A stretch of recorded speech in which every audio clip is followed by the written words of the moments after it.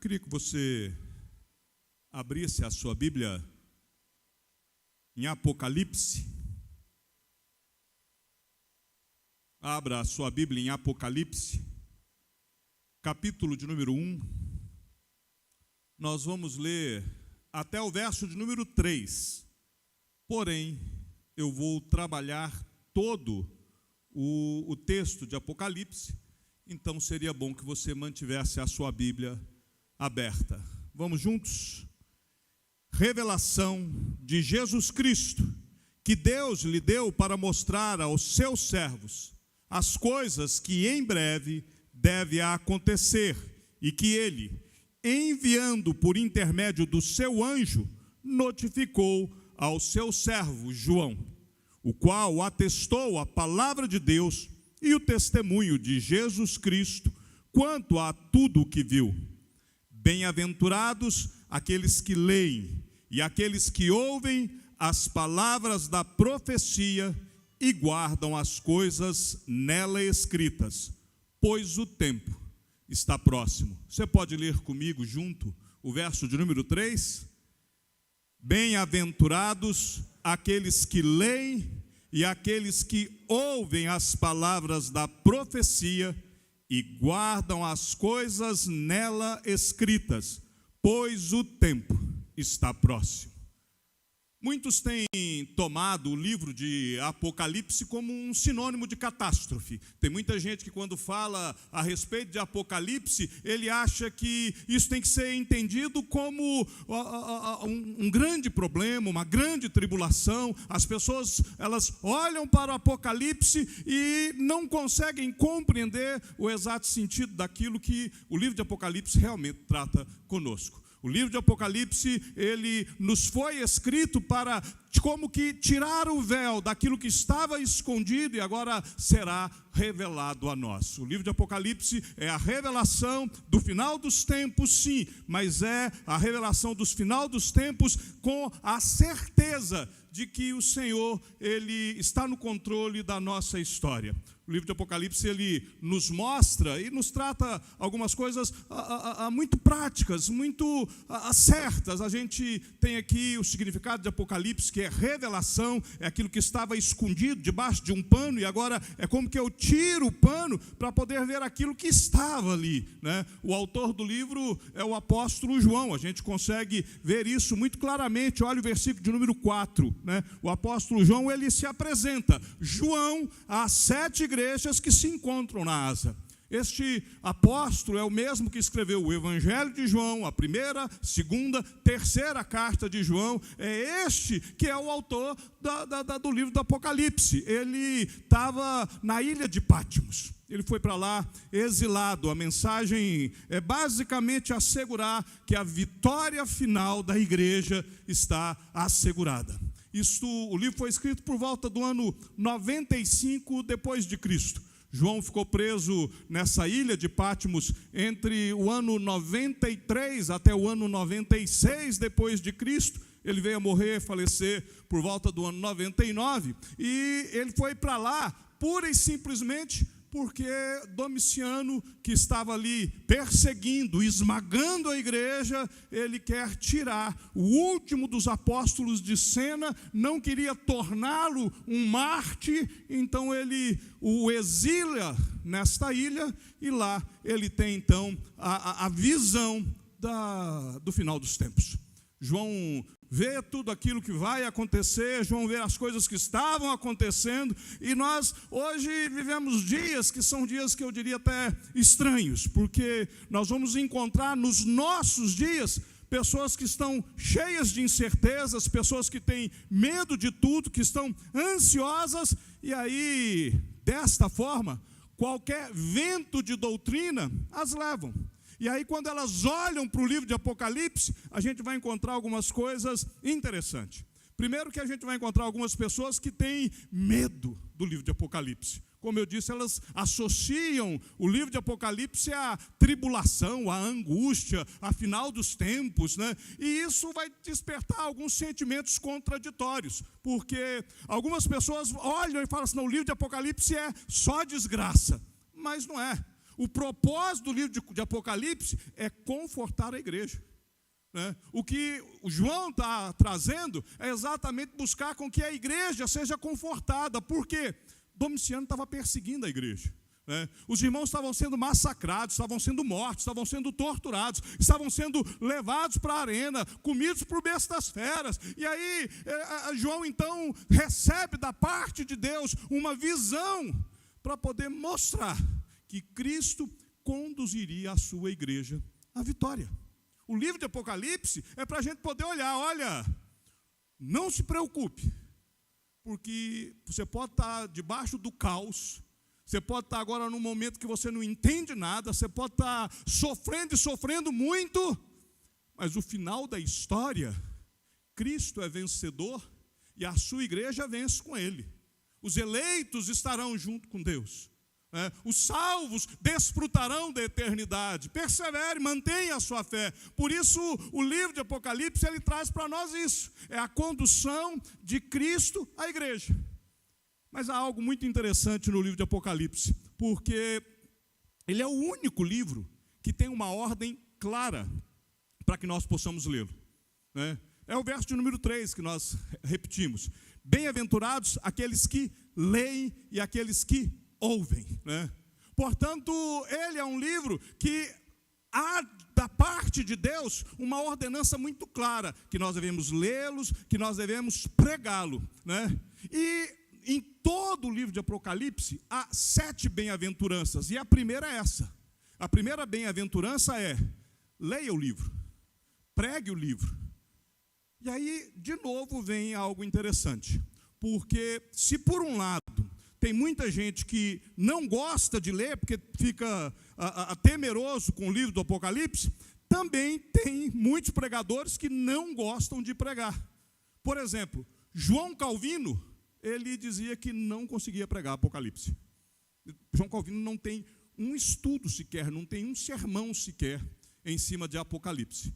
Porque ele defendia e ele dizia que o livro de Apocalipse precisava de ainda alguns descortinamentos da história para ter uma melhor compreensão. E aí isso me coloca em xeque. Por que me coloca em xeque?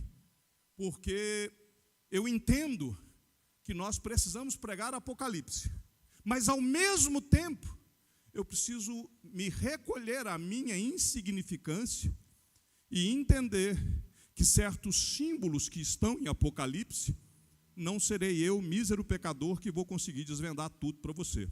Por quê? Porque nós temos aqui um princípio hermenêutico. Há um princípio hermenêutico bíblico, para a interpretação bíblica, que é o seguinte, é que a Bíblia interpreta a própria Bíblia, que textos difíceis precisam ser interpretados à luz de textos mais fáceis.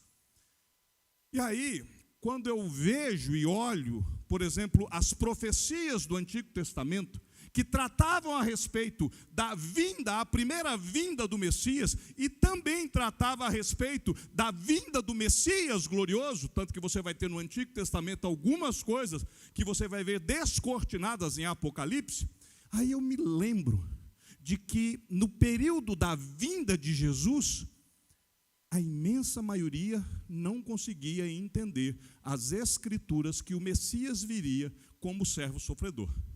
Hoje, quando, essa semana fazendo uma visita, eu até tive a oportunidade de abrir com a família, lá em Isaías 53, que foi escrito 700 anos antes de Jesus. Hoje, a gente consegue ler Isaías 53 e nós identificamos ali, olha, é Cristo. Mas, no período que Cristo veio, muitos não conseguiam ter esta compreensão, esta visão. Então, como que nós vamos fazer? Eu vou me dedicar àquilo que está escrito. Eu não vou aqui tentar inventar moda, eu não vou tentar aqui te descortinar algo que talvez seja obscuro, eu não vou entrar por um caminho que alguns pregadores entram e que eu acho que eles caminham num caminho perigoso. Lembram de Simeão, quando está na porta do templo e vê o menino Jesus, E aí que ele compreende, ele pega e fala assim: agora eu posso descansar em paz, agora eu posso morrer, porque agora eu estou compreendendo, os meus olhos estão vendo, aquilo que me foi prometido. Pois bem, muita coisa do livro de Apocalipse nós vamos entender quando já estiver às portas. A Bíblia, interpretando a própria Bíblia, Simeão só conseguiu discernir o que estava para acontecer no momento que estava acontecendo. Consegue entender isso? Por que eu vou fazer isso? Para não incorrer no erro de te ensinar algo que eu não vou conseguir sustentar depois, a não ser com alguma alegoria, a não ser com algum esforço interpretativo, ou a não ser sustentado por comentaristas bíblicos, que são mais capacitados que eu, mais inteligentes que eu, mais estudados do que eu, mas que são homens igual a mim. Então, eu vou ficar, me limitar a isso, para que a gente possa ter uma compreensão melhor, E aí, nós vamos olhando o crescente do livro do Apocalipse, e aí nós vemos então que João, ele está se dirigindo a quem? Ele está se dirigindo às 7 igrejas, Há um endereço claro.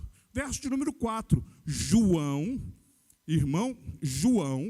às 7 igrejas que se encontram na Ásia. Se você der uma olhada no versículo de número 11, você vai ver que João vai identificar quais são estas 7 igrejas.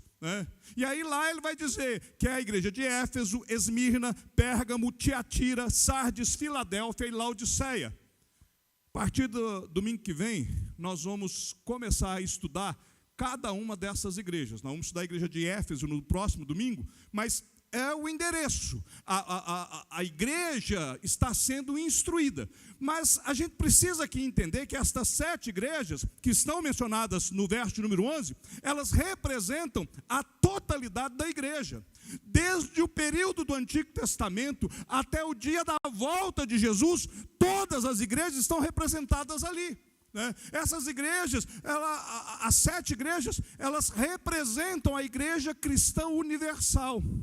E se você ler a carta às 7 igrejas, você vai ver que elas repetem as condições espirituais das igrejas cristãs em qualquer época, em qualquer tempo. Você vai encontrar a igreja de Éfeso lá no tempo aonde estava. A igreja de Éfeso que estava plantada em Éfeso. E tem a história dela, nós vamos estudar a história da igreja de Éfeso. Mas se você avançar alguns anos, se você for, por exemplo, para o ano 300, você vai encontrar a igreja de Éfeso representada nas outras igrejas. Se você avançar para o ano 1000, você vai encontrar a igreja de Éfeso representada no ano 1000. E assim na Reforma, e assim nos nossos dias. Hoje, nos nossos dias, nós temos igrejas que têm essas características da igreja de Éfeso. Assim como nos nossos dias nós temos igrejas que têm as características da igreja de Esmirna, da igreja de Pérgamo, até aquelas que representam e que têm as características da igreja de Laodiceia, que é a igreja que deixou de ser igreja, porque ela abandonou tudo, é a igreja apóstata. Nós temos nos nossos dias igrejas que estão na apostasia, Quando João está se dirigindo a estas 7 igrejas, ele está se dirigindo à completude das igrejas em todas as eras.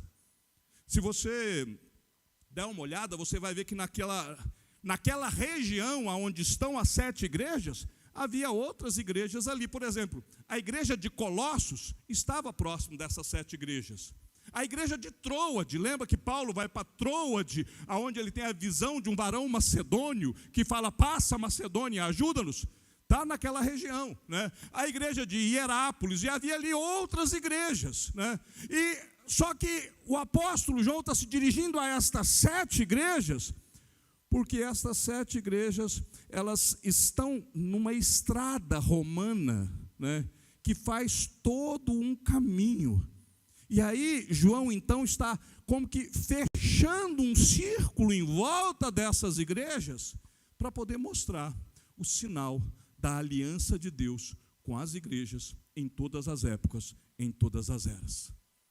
E aí João então faz uma saudação, e a saudação de João é graça e paz. É uma bênção. João está, na realidade, abençoando as igrejas. Ele está dizendo para essas igrejas que a graça e que a paz seja sobre vós. Agora, graça é favor imerecido de Deus. É Deus que perdoa os nossos pecados, é o Deus que nos concede o dom da vida eterna. A graça vem depois da paz. Por quê? Porque paz é a certeza do sacrifício de Cristo. Entende? Não é possível ter paz se não tiver graça. Se não pode ter paz sem a graça, porque a origem da paz está em nós sabermos que a graça de Deus está sobre nós. Eu só posso ter paz se eu tenho a certeza de que Deus me salvou. Se eu estiver na dúvida da salvação, eu não tenho paz alguma no meu coração. Eu estou vivendo numa constante tribulação, eu estou vivendo atribulado. Por isso que quando João então está dizendo, olha, a graça e a paz, ele está dizendo, tendo a graça, você pode viver em paz. Tem perseguição, a igreja está sendo perseguida, irmãos estão morrendo, pessoas estão sendo afligidas por causa do evangelho. A graça, o favor de Deus está sobre vocês. Então, se mantenham em paz. Fiquem em paz. E isso para nós é uma lição absolutamente importante. Porque você pode estar passando por luta. Você pode estar passando e enfrentando algum momento de tribulação. Você pode estar num momento onde as coisas não fazem muito sentido. Mas você pode olhar e falar assim, a graça de Deus está sobre mim. Então, mesmo em tempo de guerra, mesmo debaixo de aflição, eu estou em paz. Então, meu querido, minha querida, você que nos ouve, que a graça e que a paz seja sobre você. Mas não é qualquer graça, e é muito menos qualquer paz. João vai dizer que é a graça da parte de Deus. Quem é Deus? João vai dizer para nós, Deus é aquele que é, aquele que era, aquele que há de vir. E aí, a apresentação de João é a graça e a paz a vós outros, da parte daquele que é, da parte daquele que era, da parte daquele que há de vir. Quem que é o ser eterno? É Deus. Antes de tudo existir, ele já era. Todas as coisas só vieram a existir porque ele é. Então João está dizendo que Deus é este, é o Deus eterno, o Deus que é, o Deus que era, o Deus que há de vir. Este mesmo Deus que trouxe todas as coisas à existência é o mesmo Deus que mantém tudo existindo. E é o mesmo Deus que voltará para buscar a sua igreja. Por isso, então, João parte dessa tríplice apresentação de Deus. E ele ainda continua da parte daquele que é, que era, que há de vir, da parte dos 7 Espíritos. Veja só, mais uma vez, o apóstolo João vem aqui mostrar para nós a completude de Deus. Ele está falando dos 7 Espíritos. É a multiforme graça de Deus, é a diversidade da operação de Deus. É o Espírito Santo de Deus que está sobre nós, o Espírito de sabedoria, o Espírito de controle, o Espírito que nos abençoa.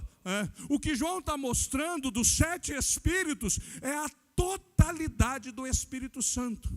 Assim como as 7 igrejas identificam a totalidade da igreja de Cristo, os 7 Espíritos vão nos identificar a totalidade do Espírito Santo sobre nós. E é a totalidade do Espírito é que nos traz a graça. E é a totalidade do Espírito na sua multiforme manifestação, na sua multiforme operação na vida dos crentes, é que nos traz a paz.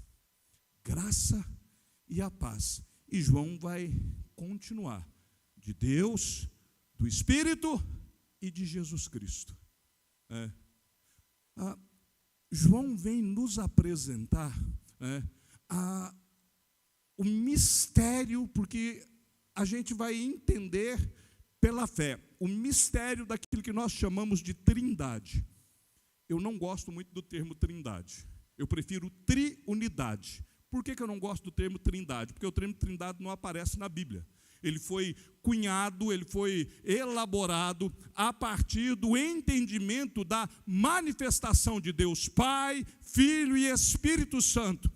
Porém, alguns incautos, alguns incrédulos, algumas pessoas que não conhecem a totalidade da palavra e querem isolar versículo aqui e ali, e não entendem que a Bíblia precisa ser lida como um todo, e não em pequenas partes, eles vão então falar assim, não, trindade é 3 deuses, e trindade não são 3 deuses.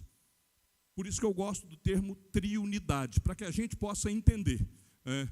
É a triunidade, é o Deus trino sendo manifesto como o Deus Pai, Filho e Espírito Santo. E qualquer tentativa humana de tentar explicar a trindade, ela vai caminhar no terreno da heresia. Por quê? Porque eu consigo enxergar a trindade, a triunidade de Deus em toda a Bíblia. Mas na minha humanidade, isso transcende a minha capacidade de poder expressar. Quem, pois, conheceu a mente do Senhor? Quem foi o seu conselheiro? Quem primeiro deu a ele para que lhe fosse restituído? Nós não conseguimos. O dia que nós conseguimos explicar Deus por completo, é porque nós nos igualamos a Deus. Então sabe que dia que vai ser esse? Nunca. Nós conseguimos enxergar a manifestação da trindade na Bíblia, ou a triunidade de Deus na Bíblia. Mas nós não vamos conseguir explicar por completo. Da mesma forma que eu não consigo explicar como que 5 pães e 2 peixes alimentam uma multidão. A gente olha e fala, é um milagre. Transcende a minha capacidade. Da mesma forma, como eu não consigo explicar como que Deus é eterno, porque a eternidade para frente eu entendo. Daqui até a eternidade não tem fim. Mas a eternidade não é um conceito só para frente. A eternidade tem um conceito passado, que é algo que não tem início. E aí, meus queridos, a nossa mente trava. Porque nós não conseguimos conceber uma coisa que sempre existiu, que não teve um princípio. Nós não conseguimos. Nós entendemos pela fé. Por isso que o autor da carta dos Hebreus vai dizer que pela fé nós entendemos que todas as coisas foram criadas. Então, João está aqui trazendo, ele está aqui nos explicando alguns termos. Primeiro, as 7 igrejas, a completude das igrejas. Segundo, os 7 espíritos, a totalidade do Espírito Santo. E aí ele vem e nos apresenta os títulos de Cristo. Agora, João vai tratar a respeito de Jesus Cristo. E quando ele vai tratar dos títulos de Cristo, ele vai dizer que ele é a fiel testemunha. Jesus Cristo é a fiel testemunha. Por que Jesus Cristo é a fiel testemunha? Porque ele é o único que é eterno, ele é o único homem que é eterno. Porque ele é o único homem que ao mesmo tempo é Deus. Quer ver? Lembra que eu falei que a matemática de Deus para nós, ela é diferente? E ela transcende a nossa capacidade? Jesus Cristo é 100% Deus. Deus eterno.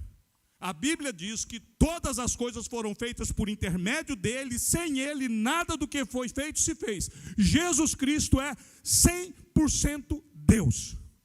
Mas Jesus Cristo é 100% homem. Ele esvaziou-se de sua glória e ele assumiu a forma de servo. Jesus agora é 100% homem, 100% Deus. As suas naturezas não se misturam, não se confundem, as suas naturezas elas não sobrepõem uma à outra. Jesus Cristo, ele transcende, de novo, a nossa capacidade. Por isso ele é esta fiel testemunha. E aí quando vai se tratar de Jesus Cristo como fiel testemunha, o apóstolo João, ele então vai dizer que ele é o primogênito. Ele é aquele que ocupa o primeiro lugar. Ele está acima dos reis da terra. Ele é o rei dos reis, soberano dos soberanos, senhor dos senhores, né? Jesus Cristo, ele é a fiel testemunha e ele é o primogênito dentre os mortos. Ele é o primeiro, ele é aquele primeiro que morreu e ressuscitou. Algumas outras pessoas, desde o Antigo Testamento, já haviam morrido e ressuscitado. Porém, Jesus Cristo, ele é aquele que veio se levantar do túmulo para uma nova vida indestrutível. Entenda isso. Lázaro morreu e ressuscitou.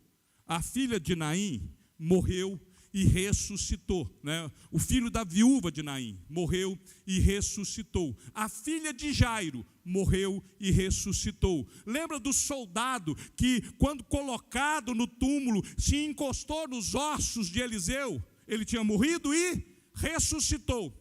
Todos eles morreram de novo. Eles morreram, ressuscitaram e tornaram a morrer.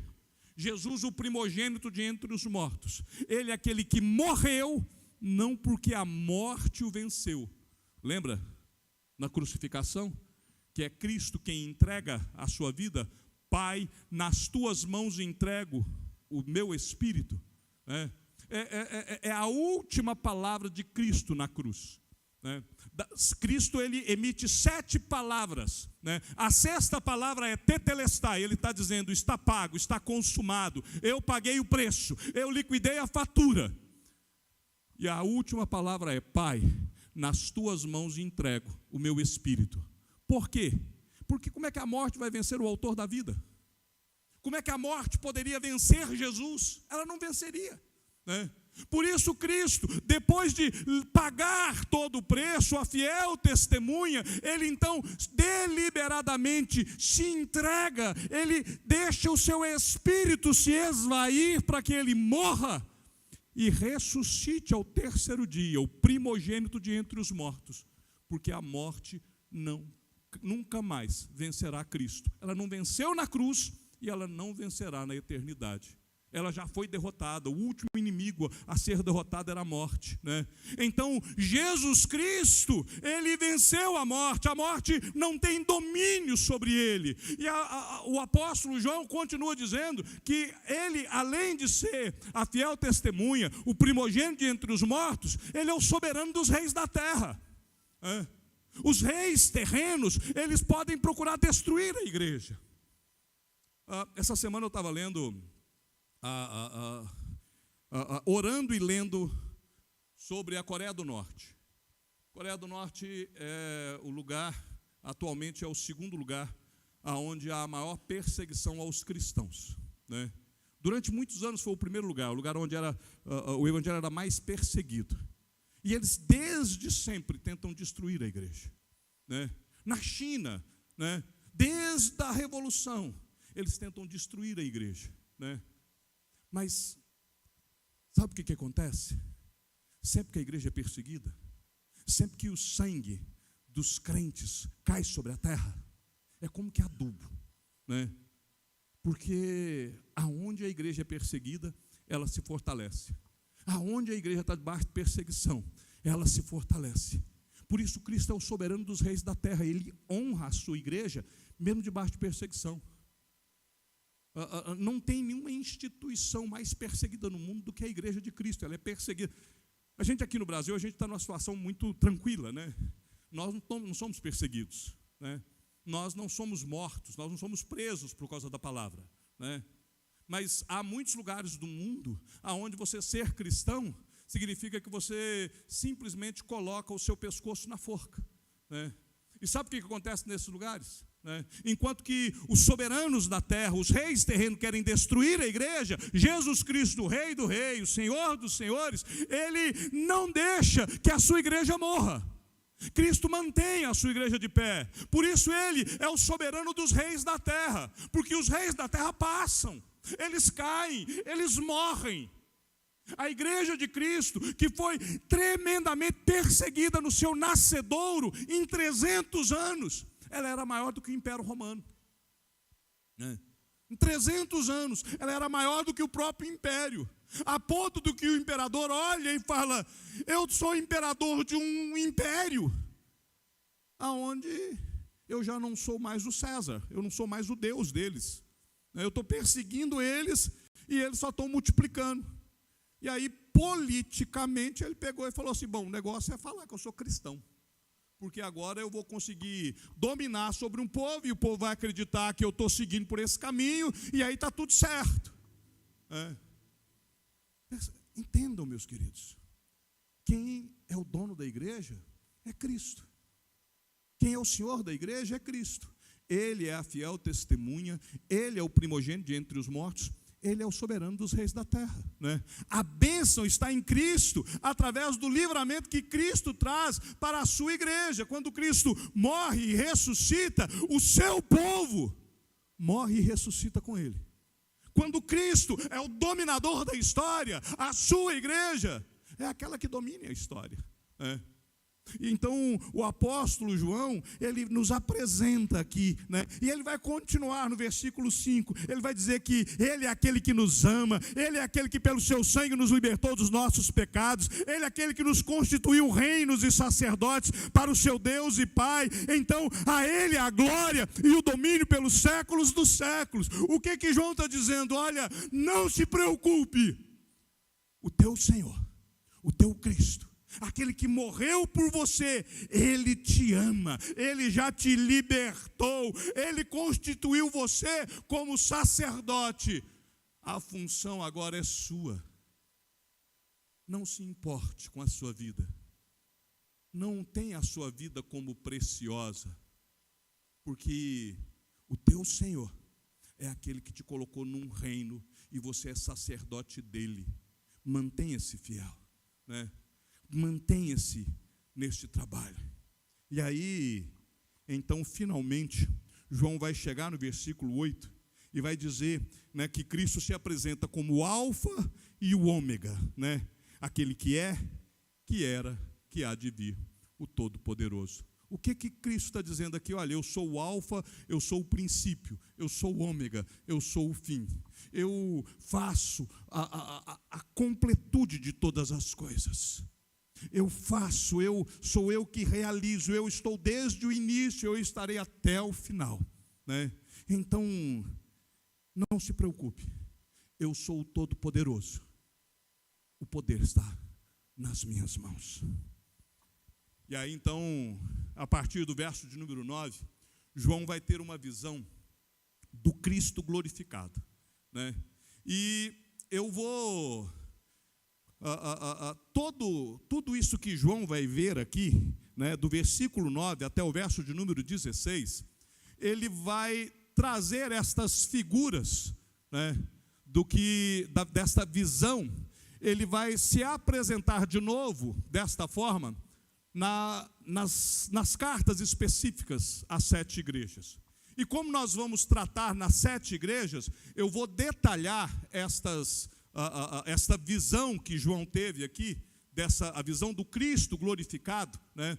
Eu vou detalhar depois, quando nós estivermos estudando as 7 igrejas. Mas João, ele está falando nessa visão, e tudo que ele vê é simbólico, né? E ele tem um foco na pessoa de Cristo, e a mensagem é que Jesus é apresentado como juiz, né? A visão do Cristo glorificado é o juiz, é aquele que está revestido de dignidade sacerdotal. É como que Cristo estivesse apresentando: eu sou o sumo sacerdote, e nós somos os participantes deste reino, né? Jesus, o sumo sacerdote, e nós, os sacerdotes deste reino. Cristo, ele está se colocando da seguinte forma, né? Eu estou estabelecendo a autoridade de vocês, e eu é que designo esta autoridade. E aí então João, ele vai enxergar primeiro, ele vai dizer que Jesus Cristo tem os cabelos brancos. O que está falando de cabelos brancos? Está falando da pureza divina, está falando da sua sabedoria, do seu sofrimento. Vai colocar Jesus Cristo com os olhos flamejantes, são os olhos que penetram, que olham, que vão até o íntimo do nosso coração. Vai tratar de Jesus Cristo como os pés de bronze, né? Os pés estão falando do juízo, aquele que vai trazer, que vai abater toda a oposição. Fala da sua voz estrondosa, no versículo de número 15, é o símbolo do poder irresistível, né? A voz de Cristo é aquela que traz o som de muitas águas, é o poder de Cristo, é o barulho que incomoda, as estrelas, e essas estrelas ele vai trazer uma explicação mais no final, quando ele vai dizer o significado dessas estrelas. Daqui a pouco eu vou tratar a respeito delas. Então, as estrelas que estão seguras na sua mão, está segura na sua mão direita, fala dessa nossa segurança perfeita, né? Que Cristo está no controle, que Cristo está no absoluto domínio de todas as coisas, né?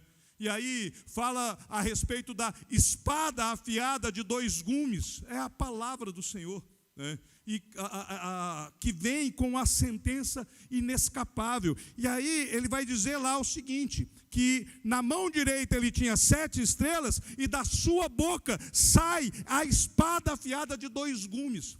É a palavra de Deus. Quando nós lemos a Bíblia, bem-aventurados aqueles que leem, nós estamos ouvindo a boca de Deus falar. Você consegue entender isso? Você consegue imaginar isso? Né? Que esta espada de 2 gumes é uma sentença inescapável. Que os céus e a terra passarão, mas a palavra, a espada de 2 gumes, aquela que é apta para discernir, porque ela nos corta, e ela é apta para discernir os pensamentos de propósito do coração. Por exemplo, essa mesma palavra que nos corta, ela tem 2 gumes. Quando eu leio, ela me corta, e quando eu prego, ela corta vocês, ao mesmo tempo. E ela é a língua de Cristo, né? Esta espada afiada de 2 gumes. Isso é muito sério, e a gente tem que ter essa compreensão, porque se ela é apta para discernir os pensamentos e propósitos do coração, por que você saiu da sua casa hoje para vir à igreja? A palavra corta e te revela isso. Por que você ficou na sua casa e não veio para a congregação dos santos, não veio para a assembleia dos santos em comunhão, a adoração comunitária, como a Bíblia nos diz, para que nós exortemos a que não deixemos de congregar? É a espada. O que nós vamos apresentar diante de Deus? Qual que será a nossa resposta?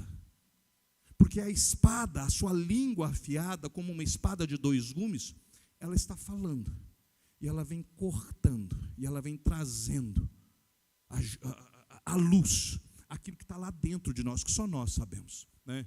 E aí o apóstolo João, ele continua e fala do seu rosto brilhava como o sol da justiça, o sol resplandecente.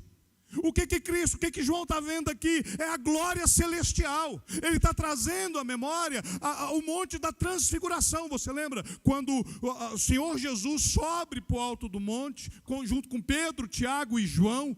João participou da transfiguração. E agora João, ele está vendo o rosto resplandecente, tal e qual ele viu no monte da transfiguração, quando a glória de Cristo resplandeceu, né? É interessante a gente notar aqui que todas essas figuras, elas vão ser usadas nas introduções das cartas. Por isso eu vou detalhar melhor em cada uma das cartas. Por isso que aqui eu passei rapidamente por elas, porque nós vamos voltar a vê-las quando Cristo estiver se apresentando nas cartas, quando ele estiver falando, por exemplo, com a igreja de Éfeso, né? Então, o resultado de tudo isso a partir do verso de número 17. Quando João completa toda esta visão, aí ele cai a seus pés. Olha o verso de número 17. Ele cai, né? E ele diz que ele caiu como morto. Ele cai sem sentidos.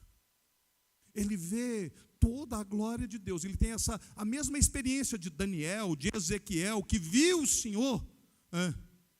Mas ele vê tudo isso, e ao ele contemplar tudo isso, ele desfalece, né?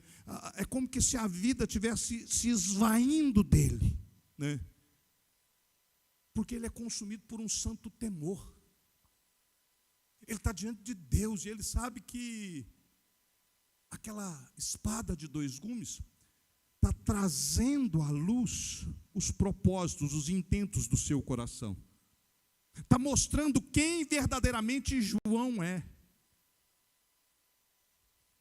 Lembra lá em Isaías, quando Isaías contempla a santidade de Deus, Isaías começa a sentir, né, numa dimensão menor do que João. Ele começa a sentir que ele vai morrer, né? E ele chega a clamar. Ele lança um lamento fúnebre. Ai, essa palavrinha no Antigo Testamento, ai, né? Ela é um lamento fúnebre. Ai de mim.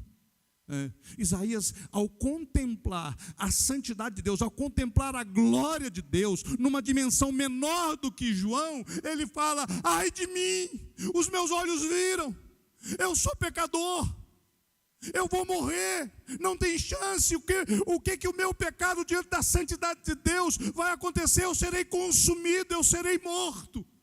Como João tem uma visão maior do trono de Deus, como João vê aquele que é, que era, que há de vir, como ele vê a manifestação total dos 7 Espíritos, ele vê a totalidade do Espírito Santo, como ele vê o Alfa e o Ômega, ele vê o Cristo ressurreto ali diante dele, em toda a sua glória, em toda a sua majestade. Quando ele finalmente é colocado diante da palavra de Deus, aquela língua afiada, espada de 2 gumes, ele cai, porque dentro dele, ele sabe que não há absolutamente chance alguma.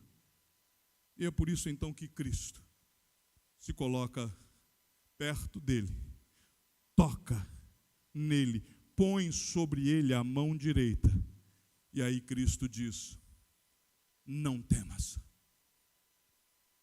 não temas, você não vai morrer por causa disso, não temas, eu sou o primeiro, eu sou o último, eu sou aquele que vive, eu estive morto, mas eis que eu estou vivo pelos séculos dos séculos, e tenho as chaves da morte e do inferno.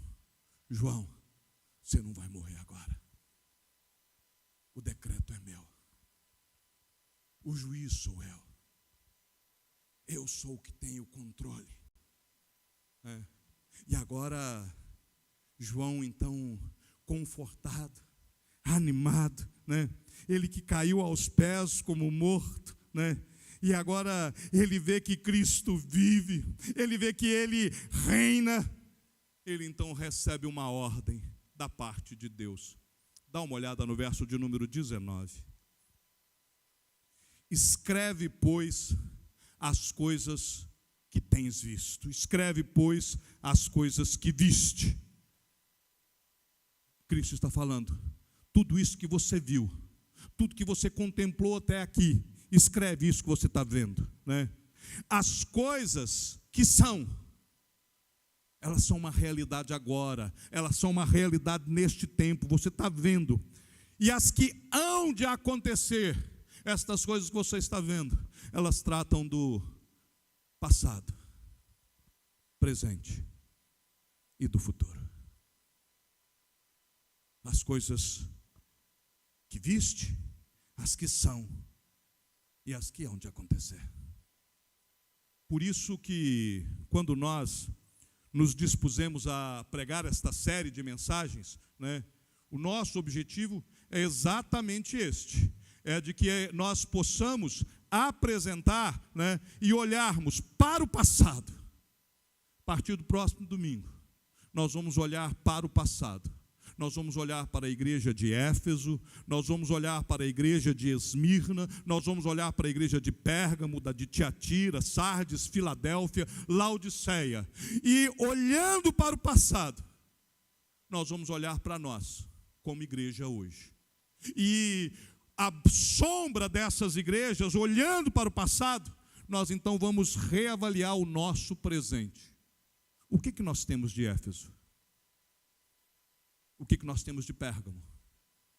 O que nós temos de Tiatira, Sardes, Filadélfia?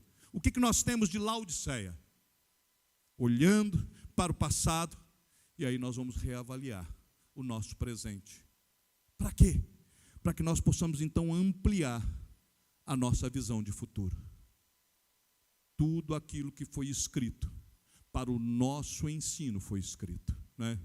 Então, o que João está aqui nos mostrando, né, é que o passado se retrata a época dele, né?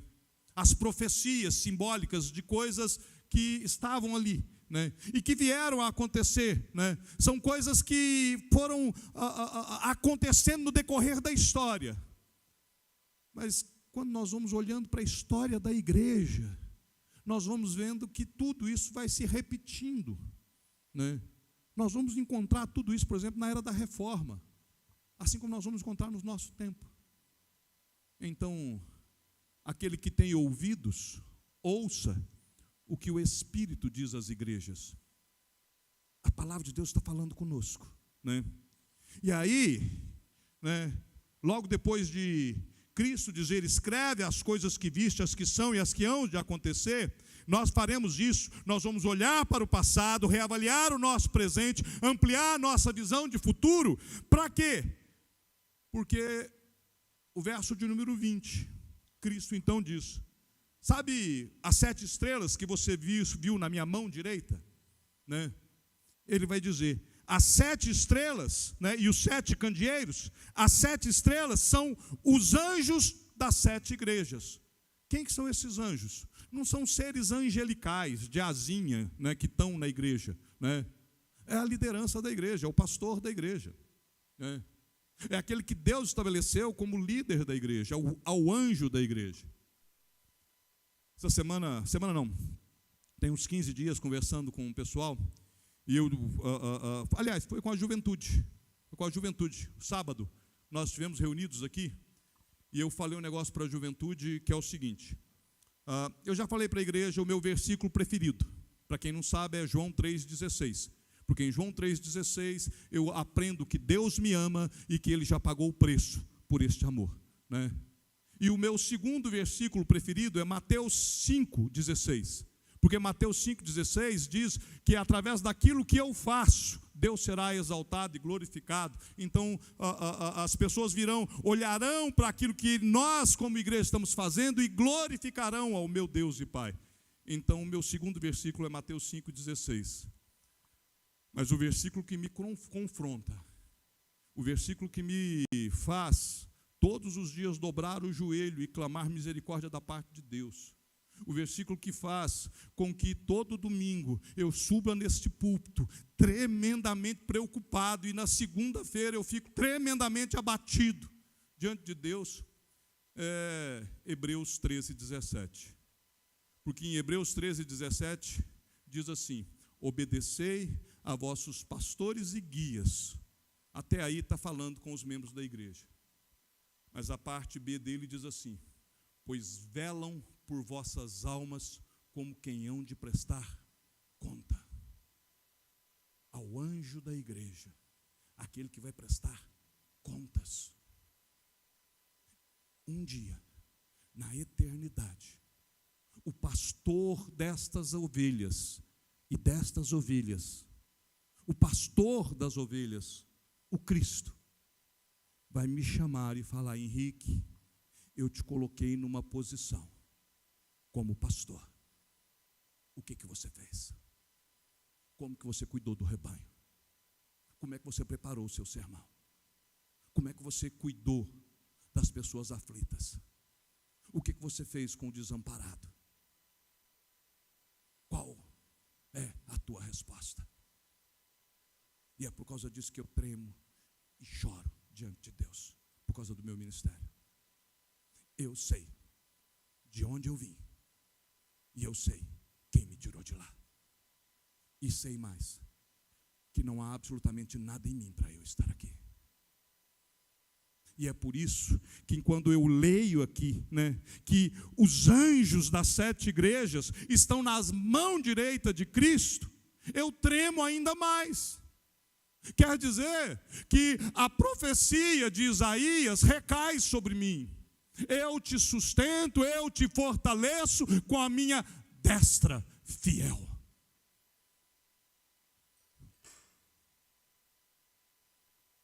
Mas ao mesmo tempo que eu tremo diante de saber que Deus me colocou como anjo da igreja, a igreja precisa tremer ao ver os 7 candeeiros. Porque os 7 candeeiros são as 7 igrejas. Lá atrás, verso de número 12, João olha para ver quem estava falando, quando ele escuta a voz por de trás, e ele vê 7 candeeiros, e no meio dos candeeiros, um semelhante ao Filho do Homem. Os 7 candeeiros são a igreja. A igreja presbiteriana da Floresta é um candeeiro. A igreja de Éfeso era um candeeiro. A igreja de Pérgamo, a de Esmirna, a de Sardes, a igreja batista, e você coloque a que você vier, a igreja Assembleia de Deus, a igreja do Evangelho Quadrangular, a igreja que você se lembrar, porque nós somos igrejas de Cristo, não importa a denominação, somos candeeiros, e aquele que carrega na sua mão a liderança da igreja, é aquele que anda entre os candeeiros.